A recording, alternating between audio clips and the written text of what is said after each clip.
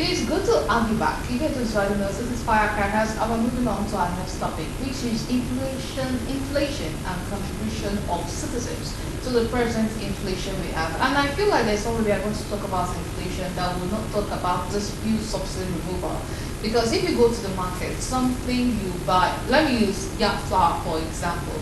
If yam flour was selling for about 3,000 naira for a pint, you go to the market, it's 6,000 naira. And the word on the lips of everyone, subsidy removal. But now one begins to wonder if a truck brings in yam flour, or, and then you are trying to remove that money from everyone that is coming to purchase from you, is it truly justified?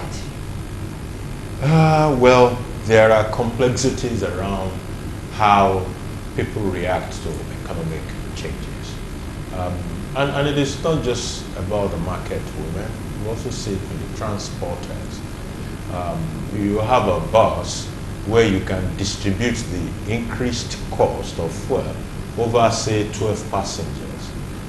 But you have repriced your rate as if you are taking all that increase in cost and you are piling it on a single passenger, which is not true. So those kind of behaviors, of course, aggravate what we're going through. There is no doubt about that. However, the thinking usually is, look, the product that I offer may not even have any subsidy component directly attached to it. But I also consume certain products that have been affected by that subsidy removal or foreign exchange rate collapse. So if those things I'm consuming, if I need to pay higher for them, and my source of income are those other items that have no subsidy content, I have to pass on that my additional cost onto the product that I also offer, so that I will still be able to afford my consumption. So that is typically the thinking. But in the course of implementing that, a lot of people will overdo it and they aggravate the inflation that we have. The most recent inflation numbers, we've crossed the 25% mark right now. But when you look at it, it has a complexion that has been there for a long time. Food alone contributes over 13% of that inflation figure. And the next item that contributed next was about 4.6%. So you can see 13 to 4.6. Essentially, the message in that is that we can actually lower that figure, we can moderate that figure by dealing with food. What does it take to deal with food? What it takes to deal with food is here with us. We have the land, we have the water, we have the people. What more? So I guess that is what is probably leading the government in the direction of, oh, we're going to cultivate 500,000 hectares of land. We're going to ensure that we can do farming 12 months in a year, which you can, in fact, do. We'll provide fertilizer, we'll provide seedlings and all of that. Because in the real sense, we can do it. And if we solve that food problem, we will have solved a chunk of the problem that people are facing now as far as inflation is concerned. Okay, all right. And now to Alistair Wilcox. One of the things that Nigerians complain bitterly about that affects food production is insecurity. Because people are unable to go to farm, they are always complaining about this farmer-elder clashes. And recently, the president advocated for this livestock, this sort of advanced livestock farming, where this issue of farmer-elder clashes would be a thing of the past. So here we are to look at the significance of insurgency and insecurity to affecting food security too. Do you feel like that is justified, or is it still just people not wanting to do what is right and just arbitrarily increasing prices of goods and services that we have available? Well, let me say this. Thank you very much. Let me say this. I'm very grateful. Let me say I'm gladdened by the documentary. I mean, by your analysis, the commentary you made, the station made before these questions started coming in. We had always, and I think this is the best time we the president is telling the people the truth about food production. This is the first time, because every other time we blame the federal government for what is happening with respect to food production.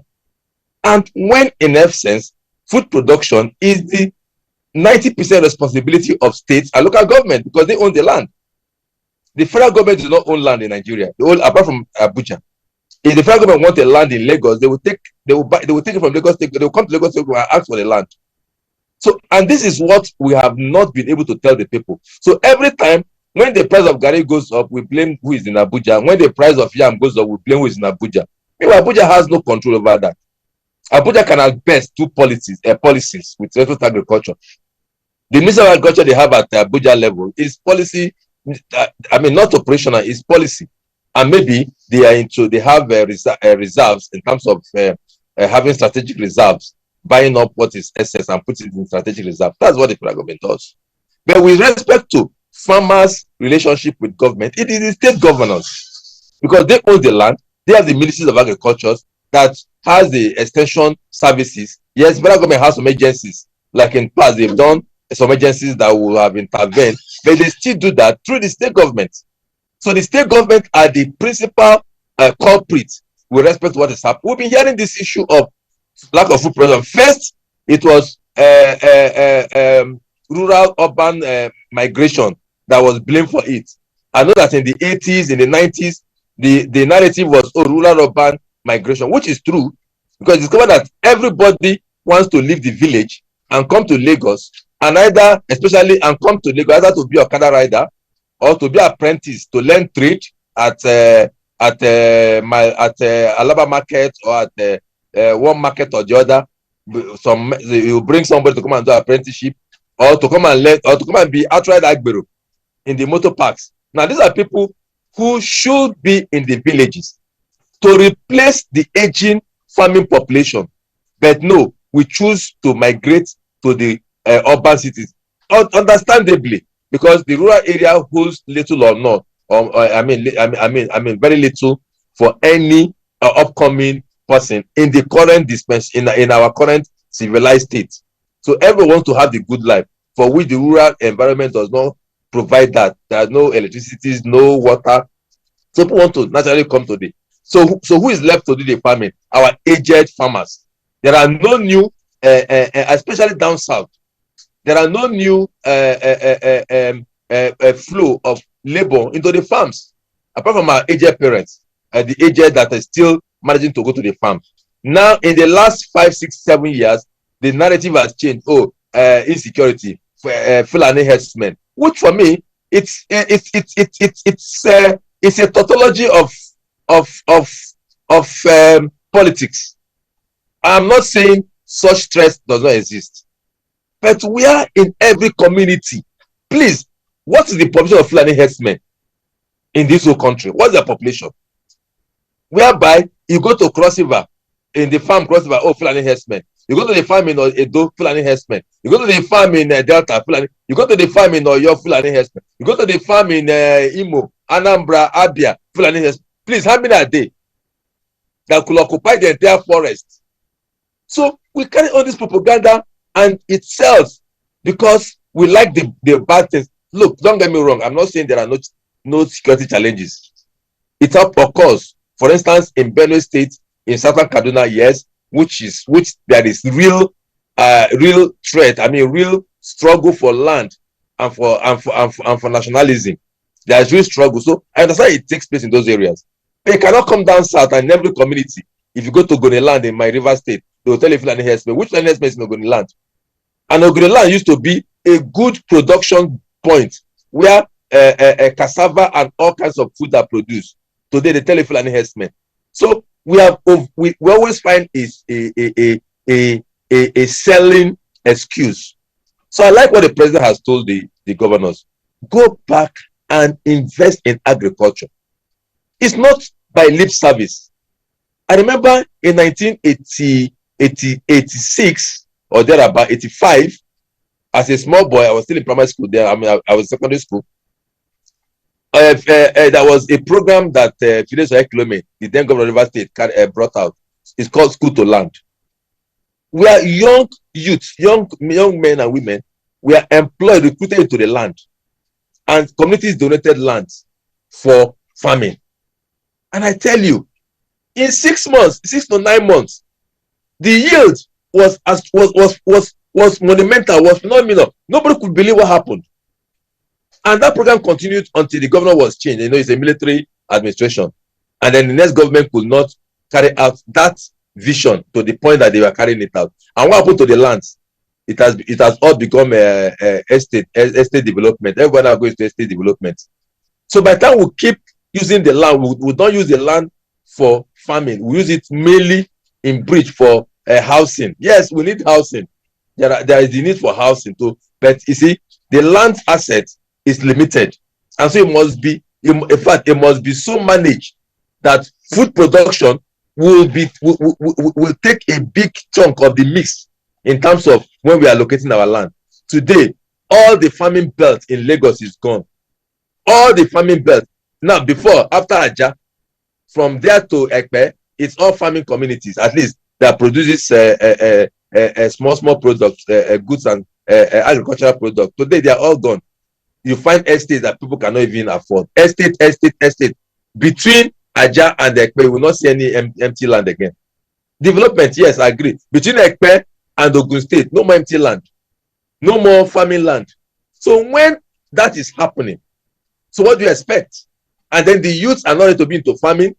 They either want to become Okada riders, drivers. They want to become agbero. They want to become, all of them want to learn business. Everyone want to learn business. Nobody likes farming. So the government must come up and intervene operationally.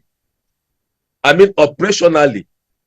Yes, I know that there have been several attempts in the past. For instance, the Anchor Border scheme, for which a lot of money was spent in production of rice. That was a good one.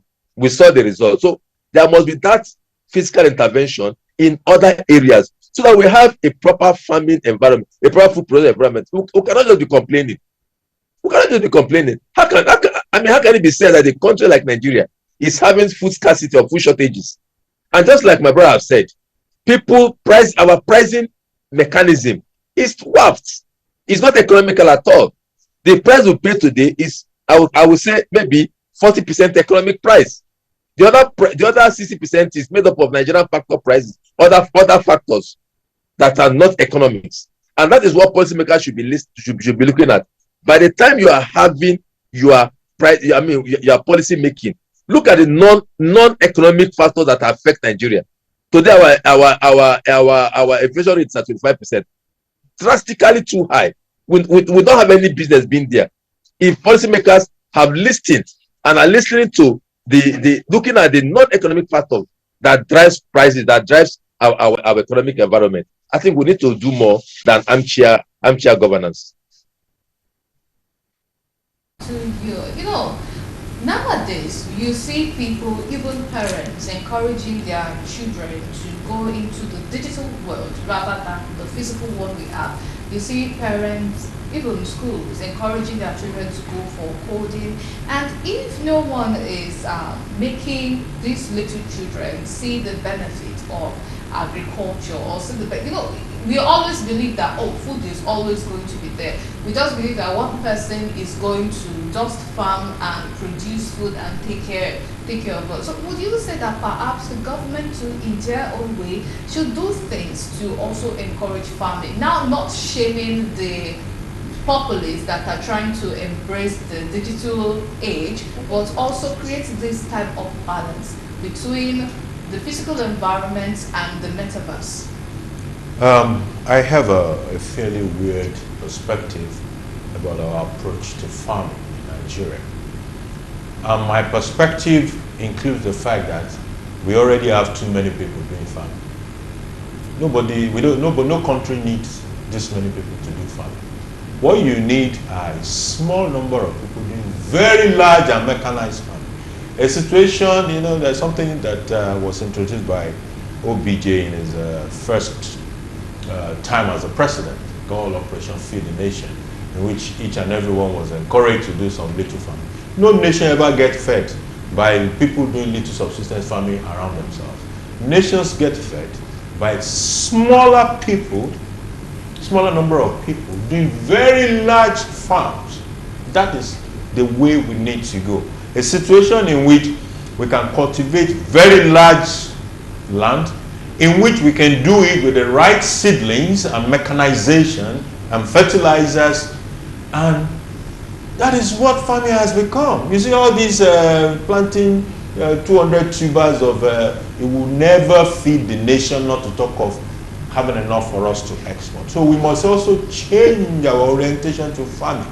I agree that there will be a need for transition, because farming as of today is a major preoccupation of a lot of people, the smallholder farmers.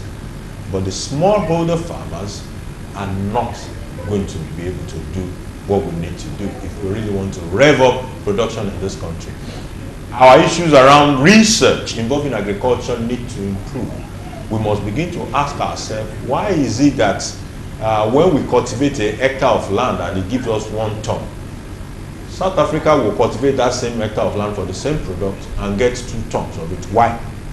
Those are issues of yield. In fact, in certain product categories in this country, the yield that comes out of the land is about a quarter, less than a quarter of what some other people in this same Africa are getting from the same piece of land. So we must begin to ask ourselves critical questions around farming practices, issues of seedlings, the right seedlings, issues of fertilizers, and so that we can revolutionize that space. Going back to 1977 Operation Feed the Nation kind of model, we never feed the nation. That's not the way to go. So there will always be the metaverse, in fact, we need to be deliberate about pursuing those opportunities. Because what people are doing with technology, even in the farming space, is amazing. So if we're going to ever be able to do the kind of farming that I have in mind, technology will play a very vital role, including those codes and the rest of them that you have mentioned. I watched an interview just a couple of years ago about rice farming in Nigeria. And one of the rice farmers that was being interviewed said when the rice matures on the farm, they still hire people who will go and be clapping to chase away birds.